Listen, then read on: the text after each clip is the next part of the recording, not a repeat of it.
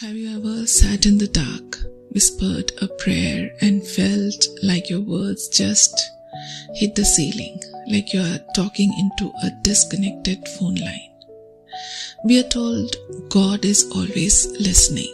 We are told He is a present help in times of trouble. But if we are being honest, really honest, sometimes it feels like He's just gone. Not angry, not punishing us, just silent. And that silence, it's heavy, it's lonely.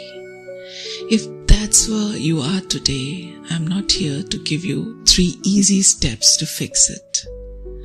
I'm here because I've sat in that same silence and I want to share what I discovered when I finally stopped trying to shout over it. The hardest part about a silent God is not the lack of answers. It's the feeling of abandonment. You see other people posting, talking about miracles, or God spoke to me today, and it makes you wonder, what am I doing wrong? Is my faith too small? Is there a secret sin I missed? Here is the first thing I need you to hear. Silence is not a sign of absence. In any deep relationship, a marriage, a long friendship, there are moments of comfortable silence. But in our relationship with God, we panic. We think silence means the end. But throughout history, some of the people closest to God experienced this longest silences. Think of Job. Think of Joseph in a dungeon for years. Even Jesus on the cross. If you feel like God is silent, it does not mean you have failed. It might actually mean He is trusting you with a deeper level of faith. I remember a very difficult time in my life when I needed a yes or a no on a massive decision. I prayed for months, nothing. I felt invisible. Then I heard a perspective that changed everything. The teacher is always quiet during the test. When you are in the middle of an exam, the teacher doesn't shout the answers. They've already given you the textbook.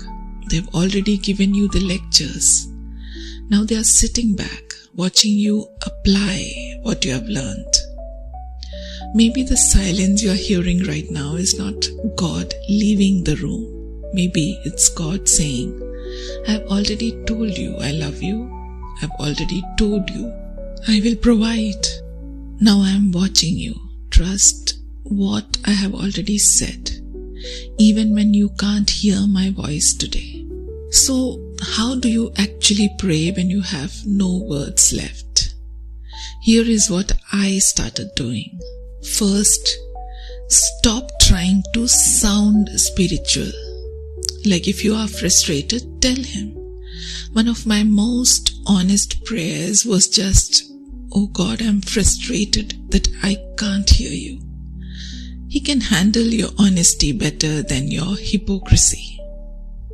Second, when your own heart is dry, use the Psalms, especially Psalm 13 or Psalm 88. These are called laments. They are prayers for people who feel forgotten. If you can't find the words, let the Bible speak for you. Third, sometimes the best prayer is just sitting in a chair for 5 minutes and saying, God, I am here. I am waiting. You don't have to fill the air with noise. Just be there. Intimacy isn't always about talking. It's about staying. And then there is $1 million question. What if the silence is actually a gift? When God is loud and giving us everything we want, it's easy to follow Him. But when He is silent and when we still choose to wake up and trust Him, that's when our trust actually becomes real. That's when it moves from being a feeling to being a conviction. If there's a season of silence, don't try to force a noise. Don't manufacture a spiritual experience. Just keep showing up. The sun has not stopped existing just because it's a cloudy day.